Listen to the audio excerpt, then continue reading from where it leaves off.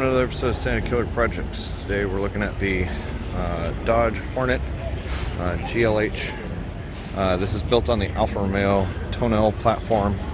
It comes with a 1.3 liter that puts out 285 horsepower. It has a base starting price of $31,590. They are going to have a higher starting price that goes up to $34,995. This one in particular is the GLH model.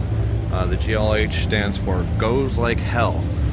This Goes Like Hell model has all the bells and whistles on it. The interior of this car is leather mixed with a suede. That's also ventilated and has a colored trim inside of it, which seems to be the trend lately in these vehicles. It also has your main display for your gauges in the back with the hidden little eyes or headlights in the center of it, and then it has a long ways display, touchscreen for your stereo and all your internal functions on your vehicle. It actually has a fairly roomy rear back seat with a lot of leg room on either side. This is considered a compact vehicle, and really to me it has a feel similar to that of a Ford Focus, especially in size. The room seems to be a little bit more though. Space is also similar to that of something like a Ford Focus. It has a relatively large open space.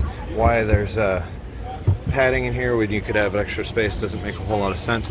And it's also got a pass-through opening that allows you to put something long like 2x4s, which would be something I would do, but in this case it's probably for like skis. This thing's been disabled, but one of the things I will say that I like about the GLH is it has a very sporty look to it. The tonneau has a very classy look. This GLH Hornet has a very sporty, very aggressive look with these fake air vents in the hood and the flat black and red striping and the very well-known Hornet badge on the side of it. GLH also comes with Brombro brakes, it looks like. Maybe not, it might just be red Dodge brakes. But very cool looking car otherwise. So thanks for watching. Please make sure to like, share, and subscribe. See more videos.